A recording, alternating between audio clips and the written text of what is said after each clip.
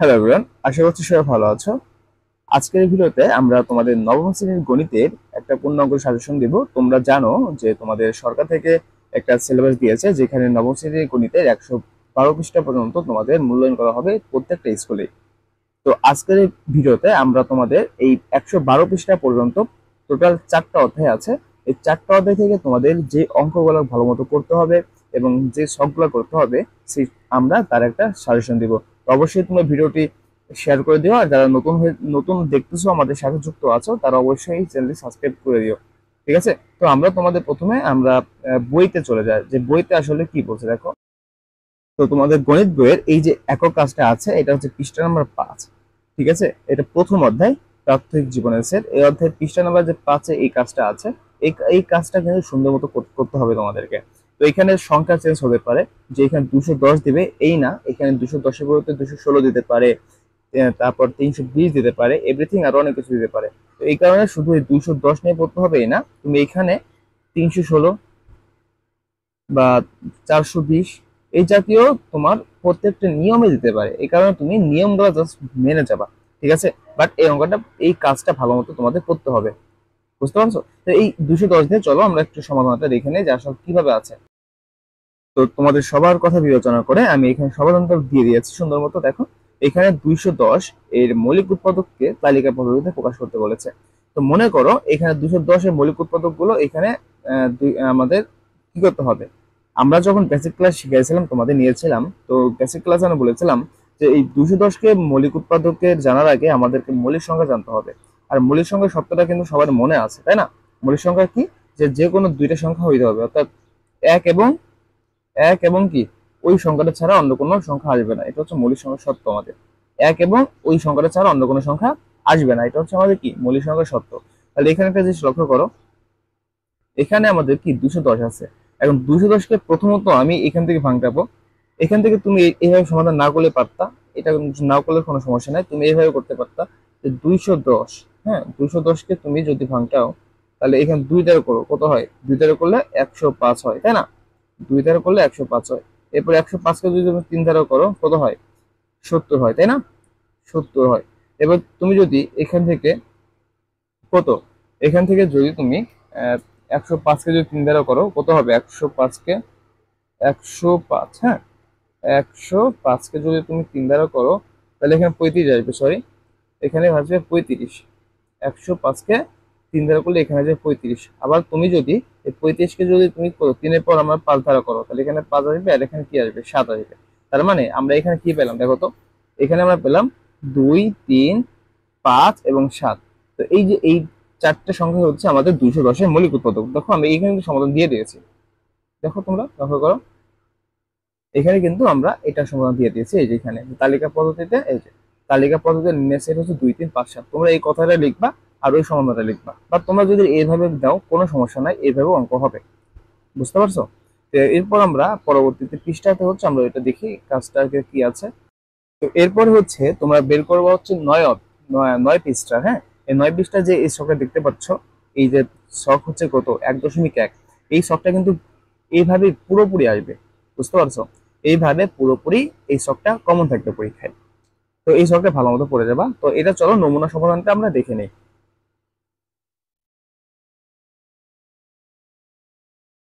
তো দেখো এখানে ফার্স্ট অফ অল আমাদের বলা আছে 10-এর চেয়ে ছোট সকল বিজোড় সংখ্যা। তো এটা অবশ্যই সসীম সেট, কারণ 10-এর থেকে সকল আমাদের কি বিজোড় সংখ্যা কি? 1, 3, 5, 7, 9। এগুলো হচ্ছে আমাদের কি 10-এর থেকে বড় বিজোড় সংখ্যা। তো এখানে আমাদের যুক্তি দিয়েছি, বাট তোমরা একটু পড়ে নিও। 10-এর চেয়ে সকল বিজোড় সংখ্যাগুলো হলো 1, 3, 5, 7, 9। সংখ্যাগুলোর সেট এ হলে এটা হয়। তো যাই হোক, তোমাদের স্কুলে অনেক জায়গায় অনেক স্যার এটা সসীমের টিক দিবে, বাট এটা কিন্তু প্রকৃতপক্ষে সসীম হবে, এটা অসীম হবে না, অসীমের টিক দিত। কারণ অনেক জায়গায় শিখাইছে যে মাইনাস মাইনাস হচ্ছে কত? -5, -3, -1, 0, তারপরে আবার 1, 3, 5, 7, 9, এইভাবে আমাদের করতে করতে কি হয়ে গেছে?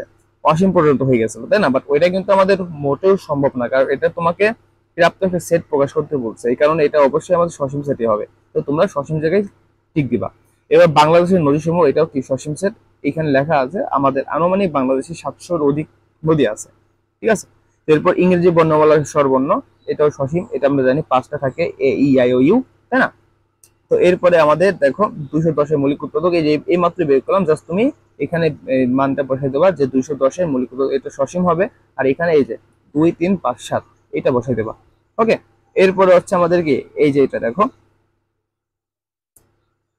20 সমান x যেন x 30 এর গুণনীয়ক। তো 30 এর গুণনীয়ক আমরা জানি 30 কে ভাগ করা যায় সেই সংখ্যাগুলো, যেমন 30 কে কি দ্বারা ভাগ করা যায় বা গুণ করা যায়, এক দ্বারা যায়, 2 দ্বারা যায়, 3 5 6 10 15 30, এই প্রত্যেকটা হচ্ছে আমাদের কি বলতো 30 এর গুণনীয়ক, আর অবশ্যই এটা সসীম হবে।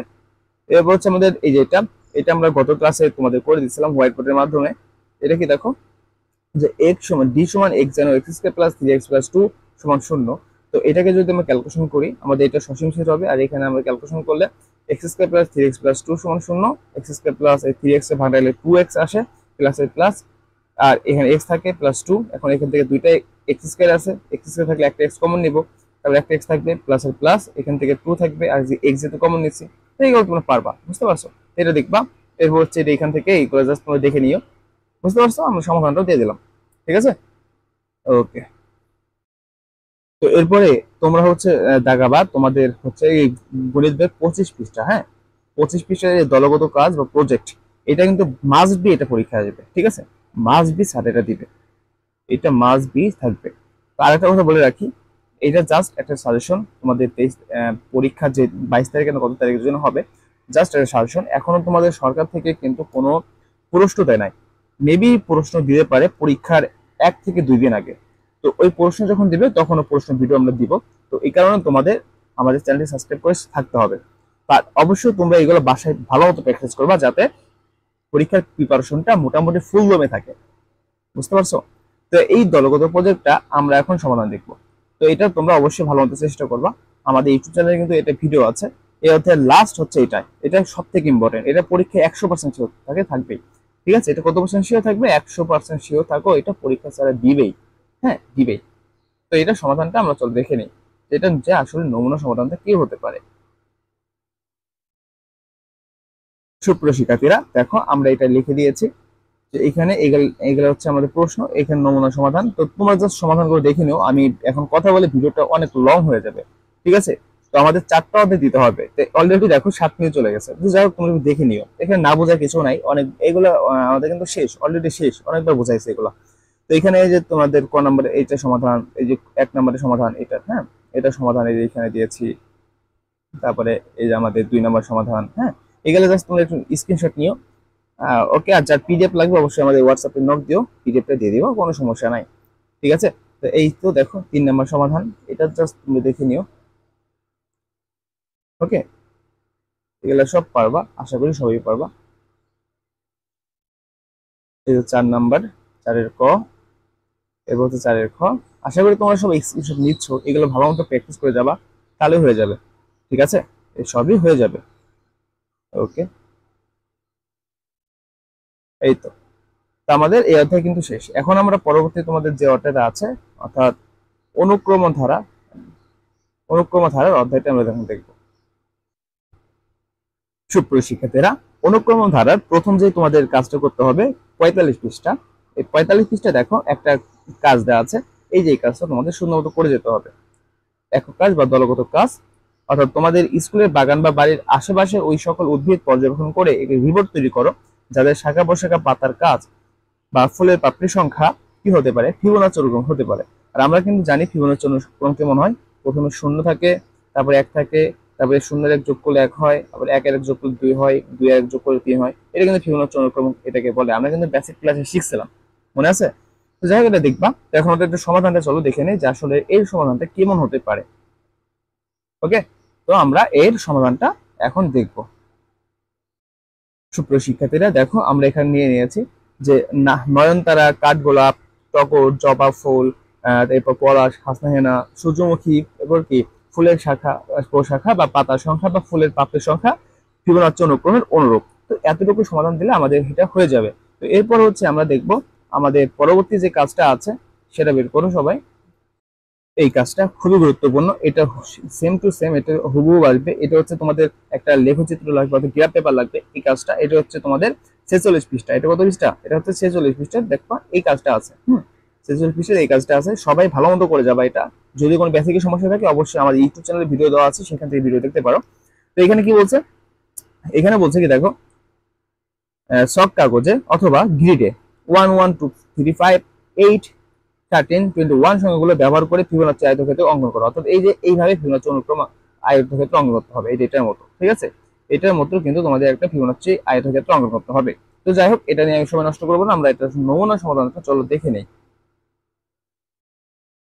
সুপ্রিয় শিক্ষার্থীরা, এখানে লক্ষ্য করো যে দেওয়া আছে আমাদের এই মানটা, এবার আয়তক্ষেত্রের যোগফল আমরা এগুলো যোগ করবো। 1 স্কয়ার প্লাস 1 স্কয়ার প্লাস ক্ষেত্রফল বলতে এখানে স্কয়ার বোঝায়, 2 স্কয়ার প্লাস 3 স্কয়ার, এরপর কি 5 স্কয়ার, 8 স্কয়ার, 13 স্কয়ার, 21 স্কয়ার। এইবার এখন যোগ করলে আমাদের এটা 714 আসবে। আর 714 কে আমাদের 34 আর 21 অর্থাৎ দৈর্ঘ্য এবং প্রস্থ বরাবর গুণ করা যায়। দৈর্ঘ্য এবং প্রস্থ গুণ করলে দেখবা 714 আছে আমাদের, এটা বর্গ একক যেহেতু ক্ষেত্রফল। তাই আয়তক্ষেত্রের দৈর্ঘ্য আমরা পেয়েছি 34 এবং প্রস্থ পেয়েছি 21 একক। তো গ্রাফ কাগজে চিত্রটি অঙ্কন করা হলো, এইভাবে আমরা দৈর্ঘ্য বরাবর 34 দিব আর প্রস্থ বরাবর 21 দিব। এইভাবে হচ্ছে আমাদের গ্রাফের নমুনাটা। তো তোমরা এটা সবাই একটা স্ক্রিনশট নাও, এখানে একটা এবং হচ্ছে এইখানে একটা স্ক্রিনশট নাও, যাতে তোমাদের যখন বাসায় পড়বা তখন এটা দেখে মোটামুটি ভাবে একটা ধারণা পেতে পারো যে এটা কিভাবে হতে পারে। ওকে, এই হচ্ছে আমাদের কাজ। সুপ্রিয় শিক্ষার্থীরা, এখন তোমাদের যে কাজটা দেখতে হবে, দেখো এটা হচ্ছে 31 পৃষ্ঠার দুইটা কাজ আছে, দুইটা মজার খেলা, একটা হাত খরচ প্রাপ্তির খেলা আর একটা হচ্ছে মৌলিক সংখ্যার খেলা। এই দুইটা কাজ কিন্তু তোমাদের ভালো মতো করে যেতে হবে। তো ফার্স্ট অফ অল আমি যেটা আলোচনা করব, হাত খরচ প্রাপ্তির খেলা। এখানে তিনটা ক খ গ আছে। তো তোমাকে এখানে বিভিন্ন শর্ত দিয়েছে। প্রথম শর্ত দিচ্ছে যে 10 টাকা করে দেওয়া হবে। দ্বিতীয় খতে বলছে তোমাকে এমন শর্ত দিচ্ছে যেখানে হচ্ছে কি প্রতিদিন হচ্ছে তোমাকে প্রথম দিন 3 টাকা দেবে, তারপরে দিন 3.50 অর্থাৎ 50 পয়সা করে, 50 পয়সা করে কি পাবে বলতো, 30 দিন পর্যন্ত বৃদ্ধি পাবে। তো এরপর এখানে দেখবা যোগ করে 30 দিনে 17.50 আসবে। এরপর হচ্ছে আমাদের গ নাম্বার বলছে প্রথম দিন তোমাকে 1 টাকা, তারপর দিন 2 টাকা, তারপর দিন 4 টাকা, এইভাবে তোমার যা আগের দিন যা দেবে তারপরের দিন তার থেকে ডবল হবে, তার দ্বিগুণ হবে। তো এই হচ্ছে গ নাম্বার। এখন তোমাকে বলছো তিনটি বিকল্প মধ্যে তুমি কোনটা নিবে, বেছে নিবে এবং কেন নিবে যুক্তি সহ তোমাকে ব্যাখ্যা করতে হবে। এখান থেকে গ নাম্বারটা হচ্ছে তুমি বেছে নিবা। কেন নিবা তো অবশ্যই তুমি জানো এগুলো যুক্তি কেন হবে। আমরা নমুনা সমাধান তো অবশ্যই দেখবো। এরপর হচ্ছে আমাদের দেখো মৌলিক সংখ্যার খেলা। এখানে মৌলিক সংখ্যার খেলাটার জন্য মৌলিক সংখ্যা বুঝতে হবে, আমরা কিন্তু এখানে একটু বেসিক আলোচনা করেছিলাম। তো চলো আমরা দুইটা প্রশ্নের নমুনা সমাধান দেখে নেই। এই দুইটা প্রশ্ন কিন্তু ভালো মতো পড়ে যেতে হবে, তোমাদের ভালো মতো করে যেতে হবে, ঠিক আছে? কারণ না পড়লে কিন্তু উপায় নাই, ঠিক আছে? তো ভালো মতো পড়বা। তো এখানে লক্ষ্য করো, আমরা হাত খরচ প্রাপ্তি খেলা, এখানে ক নাম্বার, এই ক নাম্বারের অ্যান্সার গুলো দেখো। এই যে প্রতিদিন 10 টাকা করে দিলে 1 মাসে তোমার হবে কত, 30 গুণ 10 অর্থাৎ 300 টাকা। এবার তোমার খ নাম্বার বলছে মাসে প্রথম দিন তোমাকে 3 টাকা, দ্বিতীয় দিন 3.50, এইভাবে যদি তোমাকে দেয় তাহলে প্রথম দিন তোমার 3, তারপর 3.50, তারপরে 4, তারপর 4.50, অর্থাৎ এইভাবে কি আমাদের যোগ হবে। টোটাল হচ্ছে আমাদের এটা আসবে লাস্টে 30 দিনে 17.5 এবং টোটাল যোগ করে আমাদের হবে 307.5 টাকা আসবে টোটাল। এবার গ নাম্বার দেখো, মানে যা দিবে তার হচ্ছে দ্বিগুণ করে বাড়বে। প্রথম দিন 1 টাকা দিলে দ্বিতীয় দিন 2 টাকা, তারপর দিন 4 টাকা, তারপরে কত 8 টাকা, এরপর 16 টাকা, 32 টাকা, অর্থাৎ যা দিবে তার দ্বিগুণ। অর্থাৎ এখানে 32 তার দ্বিগুণ 64, এরপর 64 দ্বিগুণ 128, 128 হচ্ছে 256। এইভাবে টোটাল যোগ করে দেখবা আমাদের এই মানটা আসবে। তো এখানে একটা শর্টকাট আছে, এই শর্টকাট তোমরা লিখতে পারো যে এখানে 30 দিনের জন্য তোমরা 2 পর যদি এখানে 30 দাও, দেখো যদি আমরা 30 দিনে দেই তাহলে এখানে কত আসবে, এখানে 2 পর যদি 2 পর 30 এই মানটা দাও, তাহলে দেখবা আমাদের এই যে এই সংখ্যাটা চলে আসবে, এই মানটা চলে আসবে আনসার, বুঝছো? এই মানটা চলে আসবে। এটা হচ্ছে শর্টকাট আমাদের। কি শর্টকাটটা? 2 টু দি পাওয়ার 13, অর্থাৎ 2 এর উপর যদি 30 দাও তাহলে আমাদের এই মানটা চলে আসবে। তোমরা যদি এইভাবে করো, এই যে এই 2 পাওয়ারের এই শর্ত মতে, তাহলে আমাদের এই মানটা আসবে, কোনো সমস্যা নাই। বাট তোমরা এইভাবে করো, কোনো সমস্যা নাই। তো এরপর হচ্ছে আমাদের দেখো এই খেলাতে গেল। এরপর আমরা দেখবো হচ্ছে মৌলিক সংখ্যার খেলা, যে তোমাকে এখান থেকে মৌলিক সংখ্যা খুঁজে তোমাকে এই ছকটা পূরণ করতে হবে। তো এই ছকের সমাধানে দেখো, এটা অনেকবার বুঝাইছি যে তোমার একটা বুঝাইতে, ধরো তোমার এখানে কত আছে, ধরো এখানে তোমার হচ্ছে পার্থক্য এখানে 2, এখানে দেখা যাচ্ছে না, এই যে এখানে দেখো পার্থক্য 2 আছে। হ্যাঁ, এখন মৌলিক সংখ্যা মনে করো আমাদের, সাপোজ কি কি আছে মৌলিক সংখ্যা মনে করো। প্রথম মৌলিক সংখ্যা ধরো কত 2, এরপর হচ্ছে 3, 5, 7, এরপর হচ্ছে 11, তাই না? ধরো এরপর তো আরো আছে, আমি একটা বুঝাই দিই। তো এখানে প্রথম পার্থক্য 2, তো এখানে দেখো 2 আছে, হ্যাঁ 2 আছে। এখন 2 এর সাথে পরবর্তী সংখ্যা যোগ করো তাহলে কত হয়। তো 2 এর সাথে যে পরবর্তী সংখ্যা 3 যোগ করে তাহলে 5 পাওয়া যায়, অর্থাৎ 2 যোগ করলে 5। যদি এখানে 5 থাকে তাহলে আমরা এখানে 3 লিখবো এবং যোগফল যা আছে 5 লিখবো। যদি এখানে 3 আর 2 যোগ করে যদি 5 না থাকতো তাহলে আমরা এখানে 3 নিতে পারতাম না। এখন দেখো এখানে 2 আর 3 যোগ করে 5 আছে, 5 লিখলাম। আবার এই 5 আবার 2 অর্থাৎ প্রথমটার সাথে আমাদের যোগ করতে হবে সবসময়। 5 এর সাথে 2 যোগ করলে আমাদের 7 আসবে, মানে এখানে কিছু পাওয়া যাবে না। এরপর হচ্ছে আমাদের দেখো দ্বিতীয়টাই, এখানে 4 আছে, অর্থাৎ আমি যদি এখানে কি করি, এই 4 এর সাথে যদি আমরা এখানে 2 যোগ করি তাহলে কত পাওয়া যাবে? দেখো তো 4 এর সাথে 2 যোগ করলে এখানে 6 পাওয়া যাবে। দেখো এখানে 6 কি আছে? 6 নাই, এই কারণে 2 নেওয়া যাবে না। আবার 4 এর সাথে যদি আমরা 3 যোগ করি তাহলে কত পাওয়া যাবে? 4 এর সাথে 3 যোগ করলে এখানে 7 পাওয়া যাবে। এখানে দেখো 7 আছে, এই কারণে 4 এর সাথে 3 যোগ করবো, এখানে 3 লিখলাম। আর 4 আর 3 যোগ করলে 7 পাবো, 7 লিখলাম। আবার এখন এই 7 আর 4 যোগ করবো, 11 পাবো। এইভাবে আমাদের বাকি সবগুলো তোমাদের সুন্দর মতো করতে হবে। আশা করি তোমরা বুঝতে পারছো। এখান থেকে একটা স্ক্রিনশট নিয়ে রাখো। ওকে, সুপ্রিয় শিক্ষার্থীরা, এখন তোমাকে তৃতীয় অধ্যায় অর্থাৎ লগারিদমের ধারণা প্রয়োগ, এই অধ্যায় থেকে তোমাকে পড়তে হবে। পৃষ্ঠা নাম্বার হচ্ছে 76। এই 76 পৃষ্ঠার হচ্ছে তোমাকে দেখো এই দলগত কাজ আছে, সমস্যা 1, সমস্যা 2। এই কাজটা তোমাকে ভালো মতো দেখতে হবে। কি কি দেখতে হবে? সমস্যা 1 এবং সমস্যা 2 এটা দেখতে হবে, এবং তার সাথে হচ্ছে তোমাকে যেটা দেখতে হবে পরবর্তী পৃষ্ঠায় এই উদাহরণ 1টা দেখে যাও, উদাহরণ 1 এবং জোড়াই কাজ 3, জোড়াই কাজ 3টা ভালো মতো দেখে যাবা। জোড়াই কাজ 3 সমস্যা 3 এটা ভালো মতো দেখবা। ওকে, আচ্ছা, এবং তার সাথে আরেকটা কাজ আছে, এই যে সমস্যা দেখবা, সমস্যা 4, সমস্যা 4 এটা ভালো মতো দেখে যাবা। ওকে, এই অধ্যায় থেকে মোটামুটি এগুলো দেখলে আমাদের হয়ে যাবে।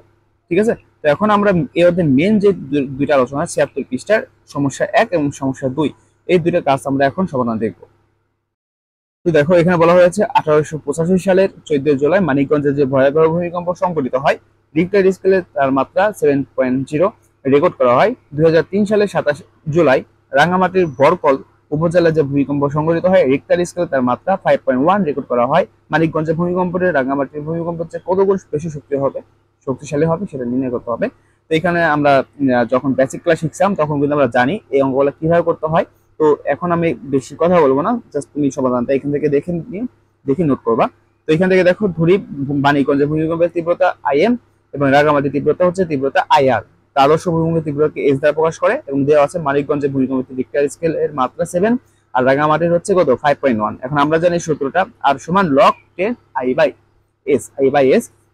এখন প্রশ্ন মতে 7 সমান log 10 IM ডিভাইডেড এটাকে 1 নং সমীকরণ ধরবো, এবং ওই 5.1 দিয়ে এটাকে 2 নং সমীকরণ ধরবো। এখন 1 নং থেকে 2 নং আমরা কি করব? বিয়োগ করব।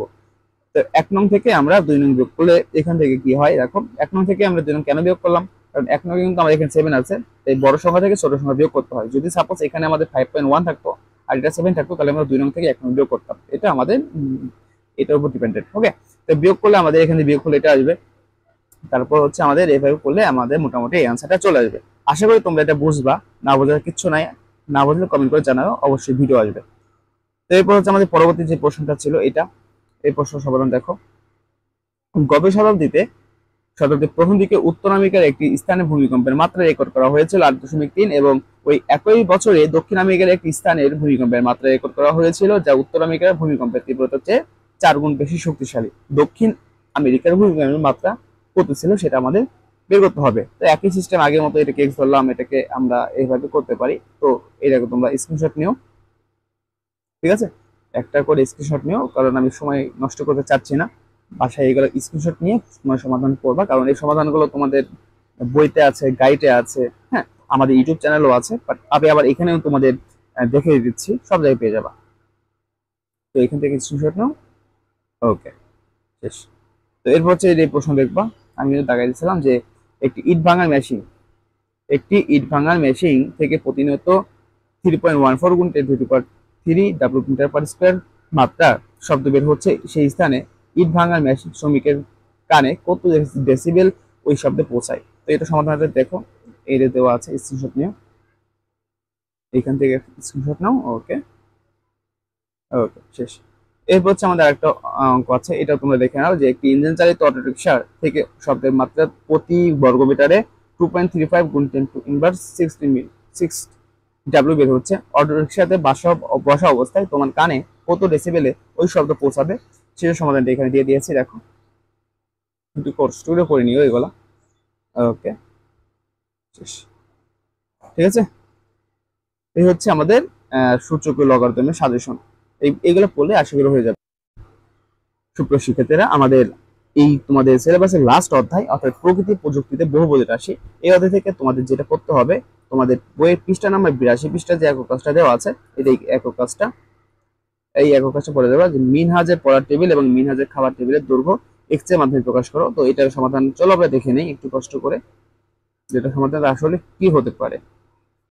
তো দেখো, উপরে তথ্য মতে আমরা এটা সাজিয়েছি। মিনহাজের পড়ার টেবিলের দৈর্ঘ্য এর প্রস্থের চেয়ে বর্গের একক বেশি। মিনহাজের খাবার টেবিলের দৈর্ঘ্য প্রস্থের ঘন এর থেকে প্রস্থের দ্বিগুণ বাদ দিয়ে একক বেশি। প্রতিটি টেবিলের প্রস্থ এক্স হলে মিনহাজের পড়ার টেবিল এবং মিনহাজের খাবার টেবিলের দৈর্ঘ্য এক্স এর মাধ্যমে প্রকাশ করো। এখানে আমরা সমাধান দিয়েছি। দেখো, তো প্রথম হচ্ছে আমরা কি দেখবো, প্রথমত আমরা দেখবো মিনহাজের হচ্ছে পড়ার টেবিল। এখানে পড়ার টেবিলের প্রস্থ এক্স, তাহলে পড়ার টেবিল দৈর্ঘ্য হবে আমাদের এই যে এক্স, অর্থাৎ প্রস্থের দ্বিগুণের থেকে এক বেশি, তাহলে এক্স স্কয়ার প্লাস 1। এবং মিনহাজের খাবার টেবিল হবে কি প্রস্থের 3 গুণ থেকে, অর্থাৎ ঘন ঘন থেকে, হ্যাঁ ঘন থেকে তোমার এটা দ্বিগুণ হবে এবং এক বেশি হবে, অর্থাৎ x square minus 2x plus 1। এই হচ্ছে তোমাদের মিনহাজের খাবার এবং পড়ার টেবিলের আমাদের বৈশিষ্ট্যটা। ওকে সুপ্রিয় শিক্ষার্থীরা, এরপর তোমাদের দেখতে হবে প্রকৃতি এবং প্রযুক্তি দ্বিঘাত বহুপদী রাশি, অর্থাৎ এটা 90 পৃষ্ঠা। এই 90 পৃষ্ঠাতে দেখো একটা একক কাজ আছে। এই যে একক কাজটা তোমাদের ভালো মতো পড়ে যেতে হবে। দ্বিঘাত বহুপদী রাশির 5টি উদাহরণ দাও, তোমার উদাহরণ সময়ের জ্যামিতিক আকার উপস্থাপন করো এবং প্রকৃতিতে এবং প্রযুক্তিতে কোথায় দেখতে পাওয়া যায় তা লেখো। তো এই কাজটা আমরা সমাধান দেখবো। তো এখানে লক্ষ্য করো, আমরা এটা দিয়েছি। তো এখান থেকে যে 5টি উদাহরণ আমরা প্রথমে লিখে দিলাম, যে দ্বিঘাত বহুপদী রাশি 5টি উদাহরণ: 2x² - 6 -x² + 5x, x² - 4x + 3 = 0, x² + 2x - 3, x² + 8x + 16। তো এখন এটা দিলাম। এখন আমাদের কি বের করতে হবে, কি এই যে এখান থেকে প্রকৃতি এবং প্রকৃতি কোথায় কিভাবে দেখা যায় জ্যামিতিক আকার। তো এই জন্য আমাদের পূর্ণাঙ্গ অঙ্কটা করতে হবে। তো প্রথমটা আমি একটা অঙ্ক দেখাই, মানে সব একটা বোঝাই, বাকিগুলো তোমাদের জাস্ট স্ক্রিনশটের জন্য দেখাবো। তো এখানে ফার্স্ট অফ অল এটা দেখি 2x² - 6। তো এটা হচ্ছে মনে করি এটাকে ধরবো y সমান, মনে করি y সমান 2x² - 6। তাহলে এটা হচ্ছে আমরা অক্ষদের ছেদবিন্দু নির্ণয় করব। অক্ষদের কি বের করব, ছেদবিন্দু। তো এখানে আমরা জানি এটার অক্ষদের ছেদবিন্দু এটাকে 1 নং x সমান 0 হয় এবং y সমান -6। এই -6 হচ্ছে y, আর x সমান 0, অর্থাৎ x এর মানকে আমরা 0 ধরবো। অর্থাৎ রাশিটির গ্রাফ হয় y অক্ষকে 0 -6 বিন্দুতে ছেদ করে। তাহলে এখন আমরা লিখবো 2 নং, অর্থাৎ y সমান 0, এটাকে 1 নং সমীকরণ ধরো। আবার আরেকটা হচ্ছে y সমান 0 হলে, অর্থাৎ এই যে এখন y সমান 0 বসাবো আমরা এই সমীকরণটাতে। y সমান 0 হলে 2x² - 6 সমান 0, যেখানে x² - 3 আমরা 2 কমন নিচ্ছি এখানে, অর্থাৎ এইভাবে হয়, একটু দেখাই তোমাদের, নাহলে বুঝতে পারবা না। এখান থেকে আমরা কি আছে, এইখান থেকে আমরা 2 কমন নিয়েছি। 2 কমন নিলে এখান থেকে x² থাকে, আর এখান থেকে -3। ওকে, তার মানে এখানে আমরা লিখলাম এই যে এটা x² - 3। তো এখান থেকে যেটা থাকে, এখান থেকে x² মাইনাস, আমরা এটাকে কি করছি, এই যে এখানে স্কোয়ারের জন্য এটাকে আমরা স্কোয়ার দিছি, যাতে এই রুট আর স্কোয়ার কাটাকুটি করলে আমাদের সেম মানটাই থাকে। তো এখান থেকে x কে b স্কোয়ার সূত্র ফেলাবো, a + b - b। এখন আমাদের এই মানটা আসবে। এখন অর্থাৎ রাশির গ্রাফ x অক্ষকে আমরা -3 0 ও √3 0, -√3 0 ও হচ্ছে √3 0 বিন্দু ছেদ করে। এরপর মোচক বিন্দু বের করবো, একটু স্ক্রিনশট নিও। মোচক বিন্দু দেখো, আমাদের এখান থেকে y সমান 2x² - 6, এখান থেকে 2 ধরবো এবং x - 0² মানে আমরা এটাকে একটা সূত্র আমাদের প্রকাশ করতেছি -6। এরপর হচ্ছে আমাদের এখান থেকে x - 0 সমান 0 হবে যদি x সমান 0 হয়, x সমান 0 হলে y সমান -6। এখান থেকে মোচক বিন্দু বের করলাম। মোচক বিন্দু আমাদের এখান থেকে গ্রাফ অঙ্কন করবো এগুলা। এই দেখো মোচক বিন্দু গ্রাফস। ওকে, এই হচ্ছে মোচক বিন্দু গ্রাফস। এই গ্রাফটা স্ক্রিনশট নিও।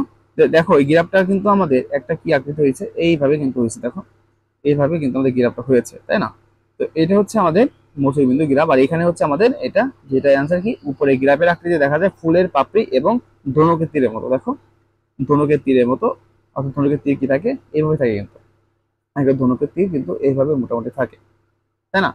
অর্থাৎ আমরা যখন এটাকে কি করবো, নিক্ষেপ করবো, তখন কিন্তু আমাদের এটা এইভাবে থাকে। বুঝতে পারছো? যাই হোক, এটা কিন্তু এইভাবে হয়েছে এবং ফুলের পাপড়ির মতো চলে। তো এটা হচ্ছে 1 নাম্বার। তো এখন যা দেখবো, তোমরা জাস্ট একটা স্ক্রিনশট নিবা। ওই 2 নম্বর সমাধান এখান থেকে, এটা এখানে একটা স্ক্রিনশট নাও। ওকে, আশা করি ডান। ডান, এখানেও ডান। ওকে, এখানেও ডান। এখানে একটা স্ক্রিনশট। ওকে, এরপর এখান থেকে একটা এবং গ্রাফে একটা। ওকে, ঠিক আছে। এটা অবশ্যই লিখতে হবে এই লাইনটা। তো এরপর হচ্ছে 3 নাম্বার, এখান থেকে স্ক্রিনশট ডান। এরপর হচ্ছে ওকে, এখান থেকে একটা ডান, মোচর বিন্দু এখান থেকে স্ক্রিনশট ডান, এরপর হচ্ছে গ্রাফস।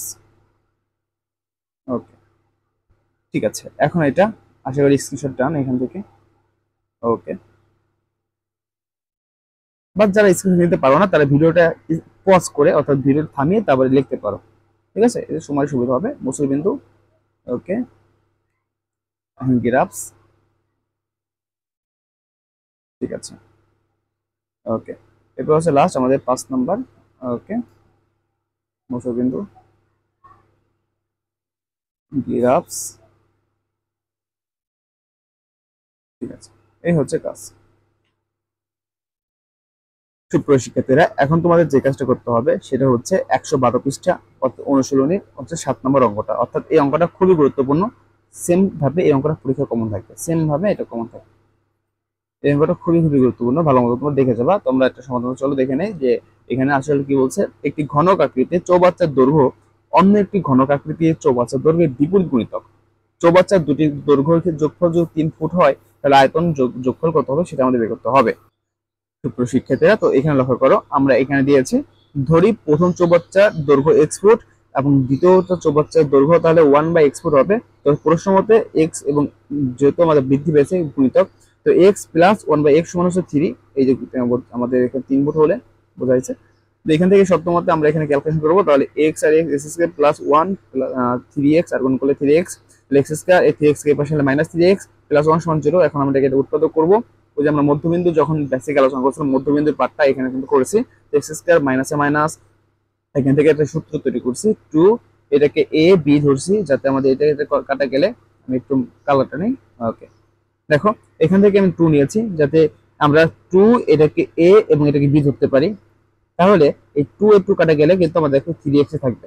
প্লাস হচ্ছে আমাদের যেহেতু এটাকে ধরছি বি, এটাকে ধরছি বি, তাহলে এই বি স্কয়ার আর মাইনাস আমাদের দেখো এখানে এই যে এটা কিন্তু শুধু শুধু বেশি হয়ে গেছে, 3 স্কয়ার মানে 9 আর 2 স্কয়ার মানে 4, তাহলে এই 9/4 আমরা বিয়োগ করে দিলাম, বুঝতে পারছো।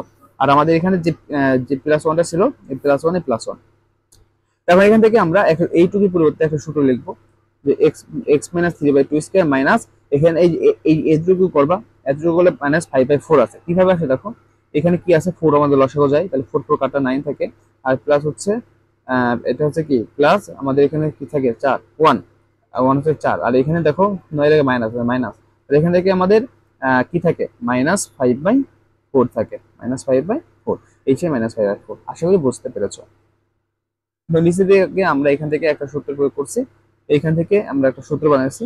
এইখানে এই যে এটাকে এটার উপর স্কয়ার আছে, তাই এখানে স্কয়ার জন্য আমরা এটাকে কি করছি রুট দিছি, রুট আর এটাকে রুট স্কয়ার দিছি যাতে স্কয়ার রুটে কাটাকাটি গিয়ে আমাদের আগের আকার থাকে।